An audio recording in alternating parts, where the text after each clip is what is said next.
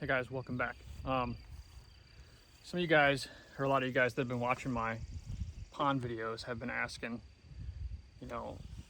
what's going on, how's it looking? I started working on it like 2 years ago. I came in, cleared a bunch of the vegetation along the bank just to get access to it. And then we installed a couple aerator stones. We have three aerator stones out there. You've seen those in the other videos, trying to get the water quality improved so we can get a handle on this algae. And a lot of you guys are asking, what's it look like, what's going on, where's the update? So I didn't have my camera equipment with me today, but I got my phone, so I'm going to take a video for you here and kind of show you guys what's going on and show you what we did. Let's go take a look.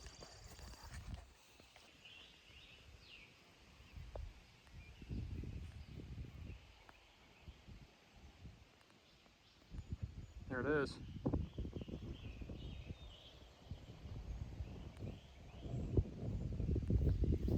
If you've seen the other videos, you know what this thing looks like in the summertime normally.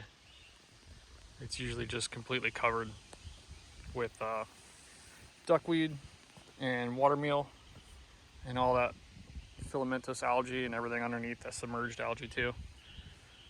My neighbor finally got sick and tired of it because we put those aerators in, I think 2 years ago, hoping it would help.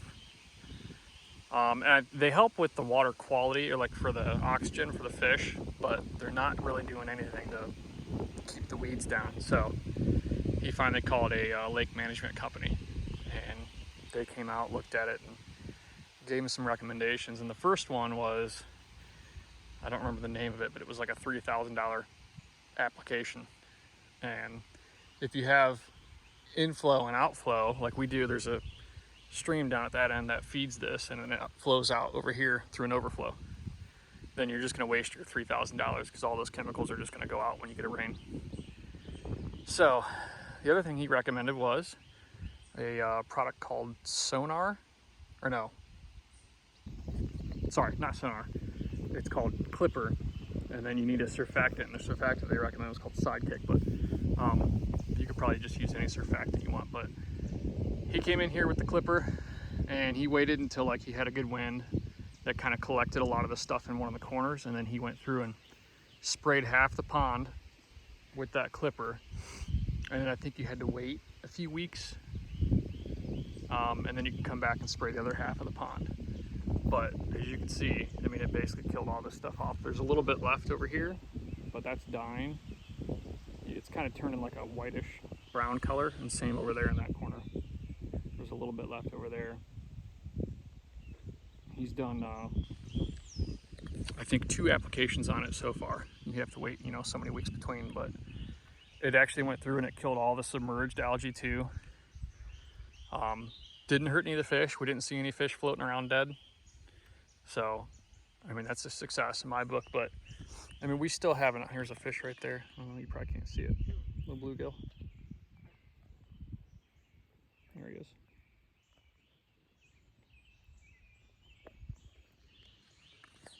But I mean, we still have a lot of muck in the bottom of the pond, and that's either going to have to be taken care of by draining the pond and dredging it, or we're going to have to keep applying that bacteria, several times a year to try and help it eat that stuff, eat that muck and that sludge.